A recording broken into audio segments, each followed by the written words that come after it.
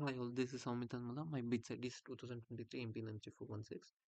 As part of the scalable service assignment, we have developed the library management system using microservices. Along with that, like we have implemented Docker as well. As part of the project, like we have created three services. All the three services have been created with the Docker images.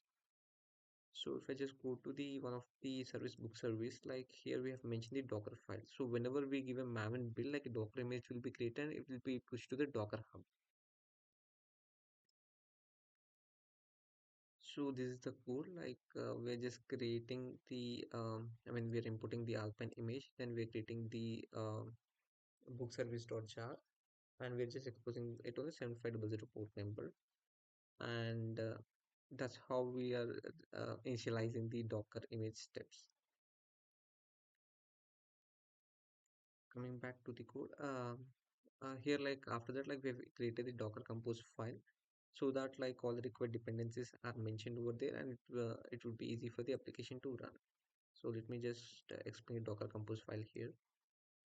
So like we have defined all the services like as part of the project we're using the Elasticsearch, and we have defined the that's where like we're pulling the image from here, as well as like for the Kibana also we're pulling the image for the zipkin, pulling the image for the log stash, we're pulling the image for the discovery service. Like that's what we have created an image, and that's where we have pushed it, and we're just pulling it here.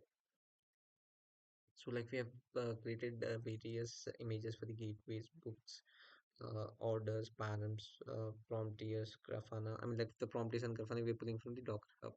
But all the other images we have created, and we are pulling it from the our local Docker registry.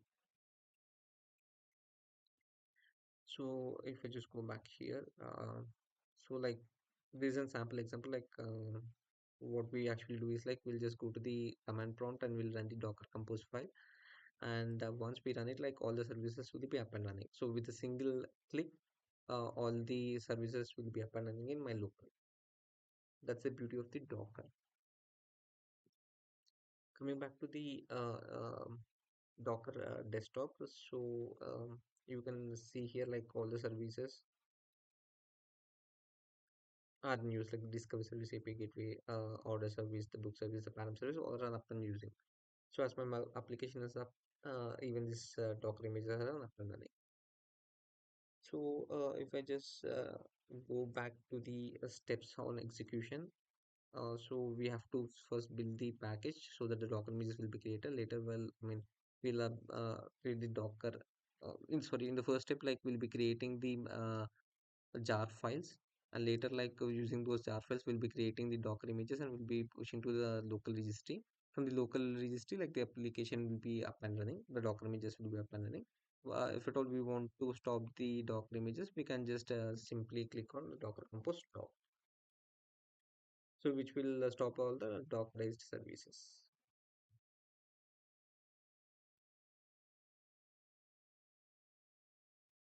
Hi all, my name is Sowmith Anumula. My bid set is 2023 MP9416.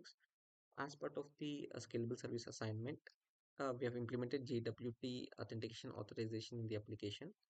In the application, we have integrated JWT with the book services.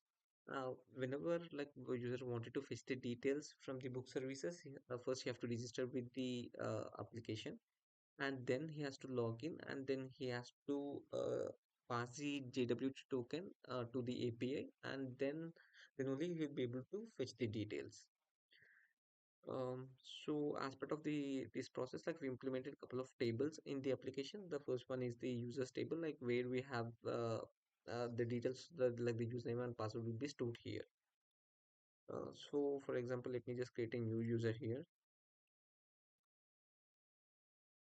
So if I just go and run here, like a new user has been created. So with these credentials, like we can just log in over here in the body. The password is the same. So yeah, with the username and password, like we have to pass it, and the backend API will provide us the JWT token. So we have to pass these details in the header whenever you're trying to make an API call. So whenever we make an API call, like we'll be fetching the details from the backend database. Otherwise, like the user will be will not be authenticated to process. So if I just go to FSAD database book service, like we have an existing book, so that's where those details can be seen. So that's how the authentication is working here. If I just go back to the code, like this is the authentication controller. So in the authentication controller, like we have the two endpoints for the login and the registry.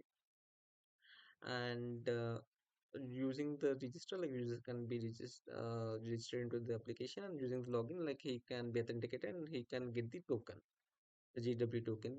This JW token can be subsequently used in the other endpoints.